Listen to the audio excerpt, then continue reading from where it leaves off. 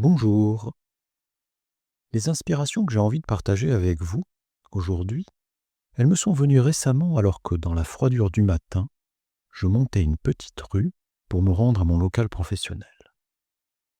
Plus précisément, j'arrivais au niveau de l'avenue où la circulation commence à se faire entendre avec son brouhaha habituel, cette agitation de début de matinée.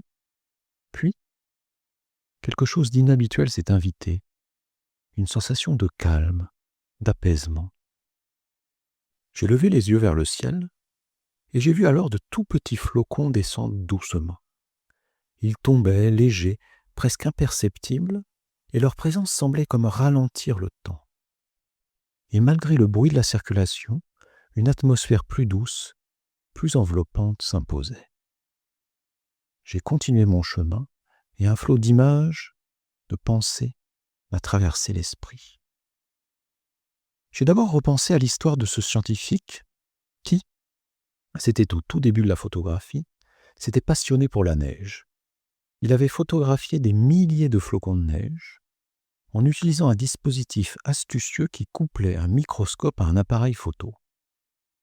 Il avait constitué au fil des années un véritable catalogue de milliers de clichés de flocons et ainsi révélé toute la diversité et l'étrange beauté de leur structure. Plus tard, des mathématiciens, des physiciens ont même essayé, et essayent sûrement encore, de classifier ces formes et d'identifier différents types de structures cristallines. Et ce qui me touche particulièrement dans ces images, hormis la singularité de chacune, c'est aussi leur dimension fractale, cette autosimilarité, ce phénomène où l'on retrouve des mêmes motifs qui se répètent à différentes échelles. C'est fascinant, cette complexité, cette diversité, et ces principes subtils, sous-jacents, qui semblent cadrer tout cela.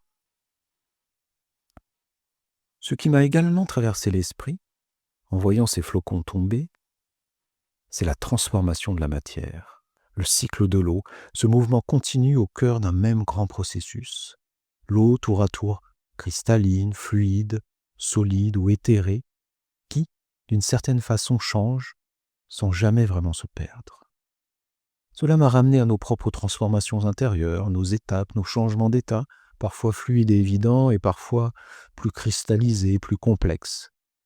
Tout cela s'inscrit dans notre cheminement, un cycle plus vaste, où chaque transformation a finalement sa place.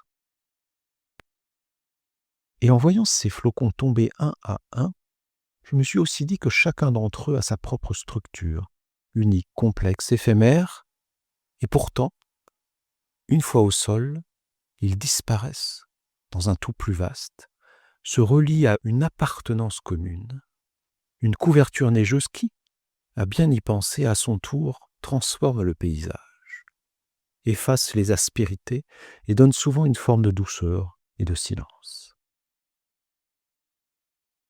D'ailleurs, je vous propose un court instant de pause. Installez-vous plus confortablement. Fermez les yeux si vous le souhaitez. Prenez 1 à 2 respirations plus profondes.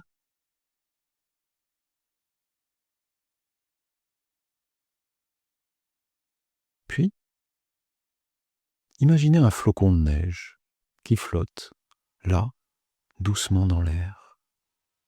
Essayez de ressentir sa légèreté, son mouvement doux dans le vent. Et rapprochez-vous encore un peu, doucement. Imaginez sa forme cristalline, unique, ses branches au dessin symétrique. Puis, voyez-le descendre, tranquille, et se poser délicatement sur une étendue de neige blanche. Et prenez encore un petit moment pour vous imprégner et ressentir ce qui s'invite là maintenant.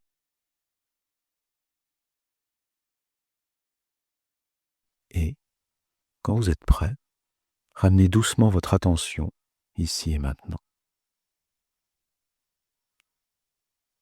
Pour finir, je vous partage ce qui m'est aussi revenu en écrivant ces mots. Je me suis souvenu qu'à l'origine de chaque flocon de neige, il y a toujours une poussière. un petit grain de poussière, imperceptible, mais sans lequel la structure cristalline, aussi étrange et harmonieuse soit-elle, ne pourrait se former. Allez, je vous laisse avec la neige, vos flocons, vos images, vos pensées, et que de belles inspirations vous accompagnent.